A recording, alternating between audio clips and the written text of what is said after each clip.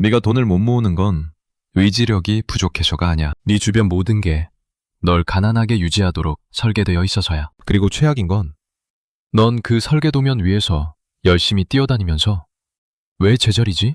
하고 있다는 거야. 매달 월급날이 오면 희망차게 시작해. 이번 달은 좀 남기자. 근데 다음 월급날 되면 통장엔 또 17만 원. 이게 10년째 반복되고 있으면서 넌 아직도 이게 네 소비 습관 문제라고 생각해? 아니야.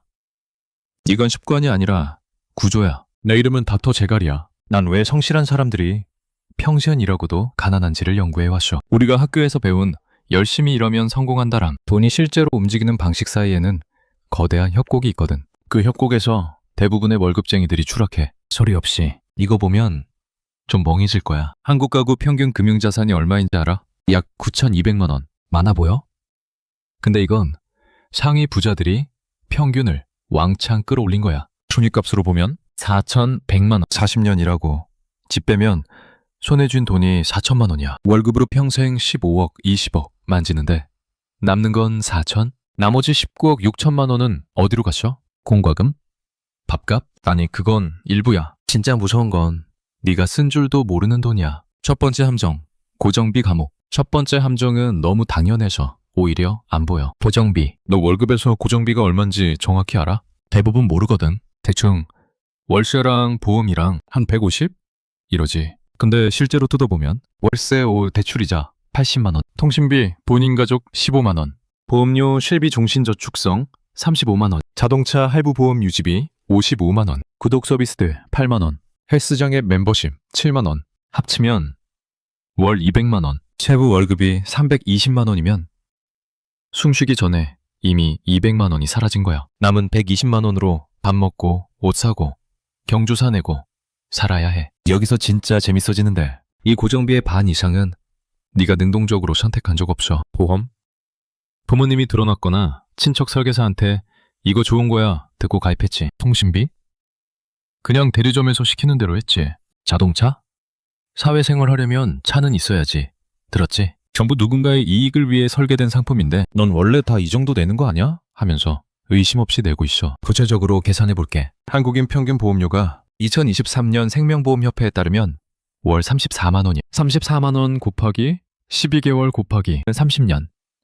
1억 2,240만 원. 근데 이 중 실제로 보장받는 금액 평균 나비 100에 60던 70%. 나머지 30, 40%는 어디로 가냐면 설계사 수당, 회사 운영비, 사업비로 증발해. 30년 동안 4천만 원 이상을 공기 중에 날리는 거야. 그래도 보험은 들어야지 라고? 문제는 보험 자체가 아니야. 필요 이상으로 많이 비싸게 들고 있다는 거야. 내 고등학교 동창 얘기 하나 해줄게. 걔가 결혼하고 애 낳으면서 보험을 정리해봤. 본인 실비, 종신, 저축성, 운전자 보험, 암보험, 와이프 것도 비슷하게, 애 태아 보험, 어린이 보험, 월 납입액 합계 87만 원. 연봉 5천짜리가 보험에만 연 1,000만 원 넘게 쓰고 있었던 거야. 정리하고 나니까 월 28만 원으로 충분하더래. 그 차액 59만 원 곱하기 12개월 곱하기 20년 1억 4천만 원 투자 수익까지 하면 3억 원 가까이 차이나. 근데 대부분은 이거 모르고 그냥 내 원래 다 이렇게 내는 거 아니야? 하면서. 두 번째 함정은 아마 이미 널 잡았을 거야. 체면, 세금. 한국에서만 특별히 비싼 세금이야. 남들 눈에 어떻게 보일까에 내는 돈. 결혼식 생각해봐. 우린 소박하게 할 거야. 했던 커플들. 결국 어떻게 돼? 양가 부모님, 체면이 있지. 친구들, 요즘 누가 그렇게 해. 평균 결혼 비용이 2억 3천만 원이야. 여기서 신랑 측 평균 부담이 1억 3천. 대부분 대출로 시작. 결혼식 날 빚쟁이가 되는 거야. 행복한 출발이라면서. 자, 봐봐. 그 2억 3천만 원 중에서 진짜 두 사람을 위한 지출이 얼마야? 수드메 스튜디오, 드레스 메이크업, 하객들 보여주려고 예식장 등급, 부모님 체면, 신혼여행급, 인스타에 올려야 하니까. 순수하게 두 사람만의 행복을 위한 돈은 10%도 안 돼. 나머지 90%는 남의 시선에 내는 세금이야. 진짜 뒤틀린 부분이 온다. 이 체면 세금은 결혼에서 끝나지 않아. 평생 따라와. 아이 도전치. 호텔에서 해야 하지 않아? 자동차. 과장인데 아직도 그 차 타? 거주지.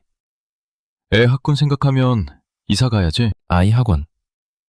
옆집에는 영어 유치원 다니는데 사람들이 진짜 모르는 게 뭐냐면 이 모든 게 비교에서 시작된다는 거야. 넌 절대적 기준으로 판단하는 게 아니야. 주변 사람들이 어떻게 하는지 보고 최소한 그 정도는 하려고 해. 근데 네 주변 사람들도 똑같이 생각해. 그래서 기준선이 계속 올라가. 아무도 실제로 원하지 않는 지출을 모두가 어쩔 수 없이 하고 있어. 이게 경제학에서 말하는 지윈제 경쟁이야. 남보다 나아 보이려고 쓰는 돈. 근데 모두가 동시에 쓰면 아무도 나아 보이지 않아. 그냥 다 같이 가난해질 뿐. 넌 탐욕스럽거나 허영심 강한 게 아니야. 인간인 거야. 수십만 년 동안 부족 안에서 지위가 생존을 결정했으니까. 근데 바로 그 인간적 본능이 현대 자본주의에서 너를 빈털터리로 만드는 함정이 된 거지. 내 사촌 형 얘기해 줄게. 걔가 연봉 8천 찍고 강남으로 이사했어. 애들 학군 때문에. 월세 280만 원. 전에는 경기도에서 월세 90만 원 살았거든. 카이월 190만 원. 연 2280만 원. 10년이면 2억 3천만 원. 근데 웃긴 게 뭔지 알아? 걔 애들 결국 그 동네 학원비 감당 안 돼서 온라인 강의 듣고 있대. 주변 애들은 과외에 유학 준비하는데 강남 안에서 보면 걔네가 없는 집이 된 거야. 감옥이 더 비싸졌을 뿐이지 여전히 감옥이야. 세 번째 함정은 진짜 나를 화나게 해. 왜냐면 완전히 자발적인 자해거든. 할부, 리볼빙, 마이너스 통장 전부 미래의 너한테 청구서 보내는 거야. 지금 당장 없는 돈으로 물건 사고 미래의 네가 이자까지 얹어서 갚게 하는 구조. 근데 이게 왜 함정이냐면 너무 쉽게 되거든. 카드 리볼빙 신청 전화 한 통이면 돼. 이번 달 힘드시죠? 최소 결제만 하시면 됩니다. 말콤하지? 근데 그 뒤에 뭐가 있는지 알아? 연이자 15덜 20%. 100만 원 리볼빙 걸어두면 1년 뒤에 갚을 돈이 115, 120만 원이 돼. 그래도 급할 때 어쩔 수 없잖아. 물론 진짜 급할 때는 있어. 근데 대부분의 리볼빙은 급한 게 아니라 귀찮아서 쓰거든. 이번 달 정리하기 귀찮으니까 일단 넘기자. 이게 특히 잔인한 이유는 이자는 복리로 붙는다는 거야. 100만 원 리볼빙, 연 18%. 3년 방치하면 100만 원.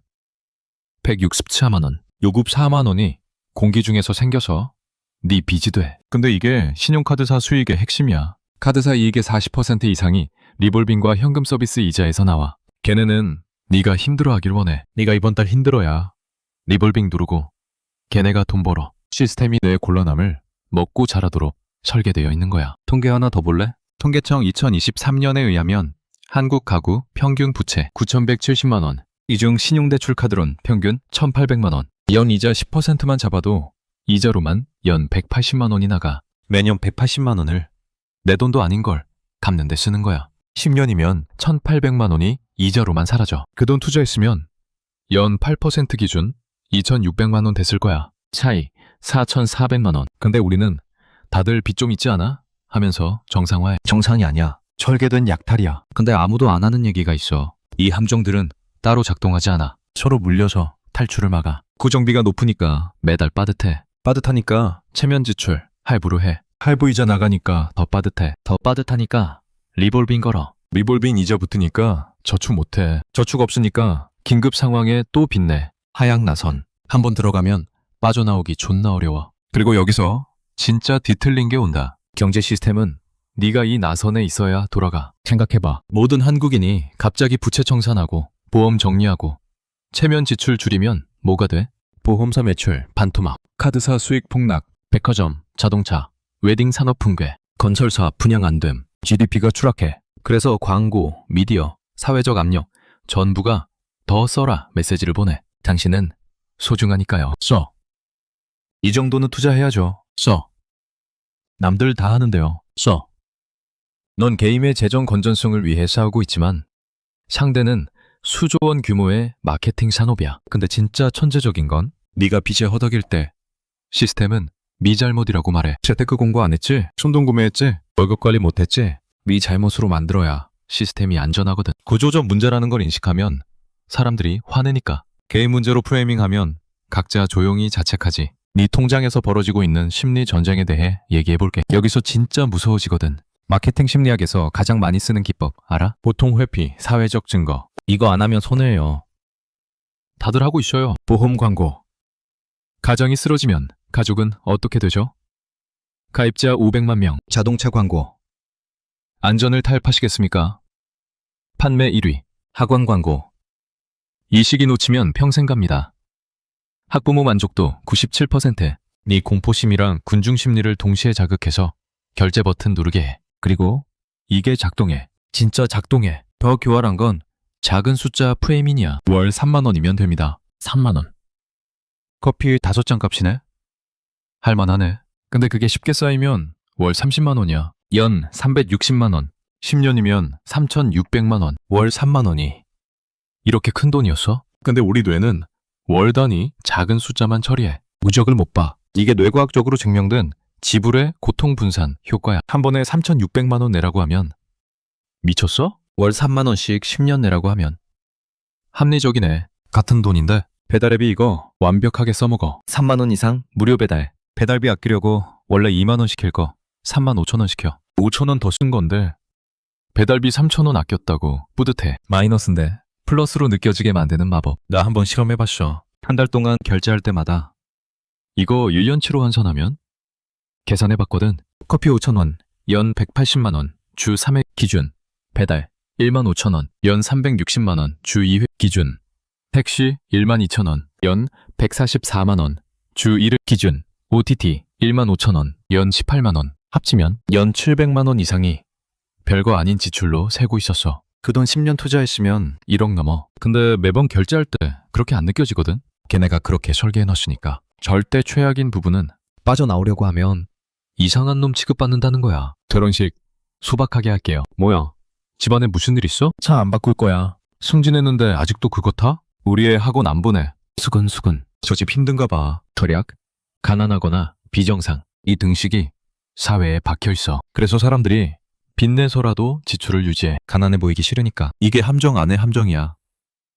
경제적으로 합리적인 선택을 하면 사회적으로 불이익. 사회적으로 안전한 선택을 하면 경제적으로 박살. 뭘 해도 손해야. 시스템이 널 양쪽에서 조여오는 거지.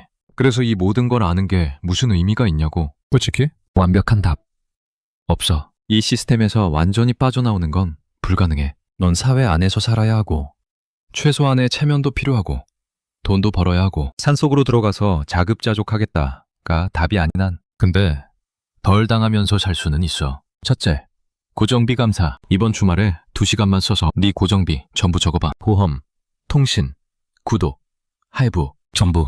그리고 하나씩 질문해. 이거 없으면 내 삶이 실제로 망가지나? 대부분 아니거든. 둘째, 체면 예산 상한선, 경조사, 선물, 외식. 1년에 얼마까지만 쓸지 미리 정해. 넘으면 안 돼. 그냥 안 돼. 미안하다고? 진짜 친구는 이해해. 셋째, 신용 절대 원칙, 리볼빙, 현금 서비스, 마이너스 통장. 이 세 개는 응급실 갈 돈 없을 때 빼고 절대 쓰지 마. 진짜로. 절대로. 넷째, 자동이체로 선납입. 월급 들어오면 30% 바로 빠지게 해놔. 남은 돈으로 살아. 이 순서 바꾸면 절대 안 모여. 이게 널 부자로 만들어줄까? 솔직히 아마 아닐 거야. 시스템이 너무 기울어져 있어서 인식만으로 완전히 이기긴 힘들어. 운도 필요하고 타이밍도 필요하고. 근데 이거 하면 덜 가난하게는 살 수 있어. 숨 쉴 공간 정도는 만들 수 있어. 미디 올 때 완전히 무너지지 않을 정도의 버퍼. 그리고 적어도 10년 후에 통장 보면서 대체 왜 이러지? 내가 뭘 잘못한 거야? 이 질문은 안 해도 돼. 게임이 원래 네가 이기게 설계 안 됐다는 걸 알게 되니까. 보이지 않는 감옥은 창살을 본다고 사라지지 않아. 여전히 감옥이야. 근데 창살이 보이면 그 사이 틈도 보여. 거기로 손 뻗을 수 있어. 오늘 이 영상이 네 눈에 그 창살을 보여줬으면 좋겠어. 그 다음은 네 몫이야. 오늘부터 에너지 쓰는 방향을 바꿔봐. 일주일만, 아니 3일만. 분명히 뭔가 달라지기 시작할 거야. 이 영상이 네 생각을 조금이라도 바꿔줬다면 좋아요 한 번만 눌러줘. 알고리즘이 더 많은 사람들에게 이 영상 보여주거든. 그리고 이런 진짜 도움되는 돈 이야기 계속 듣고 싶으면 구독 버튼 꾹, 알림 설정까지 해두면 새 영상 올라올 때 바로 볼 수 있어.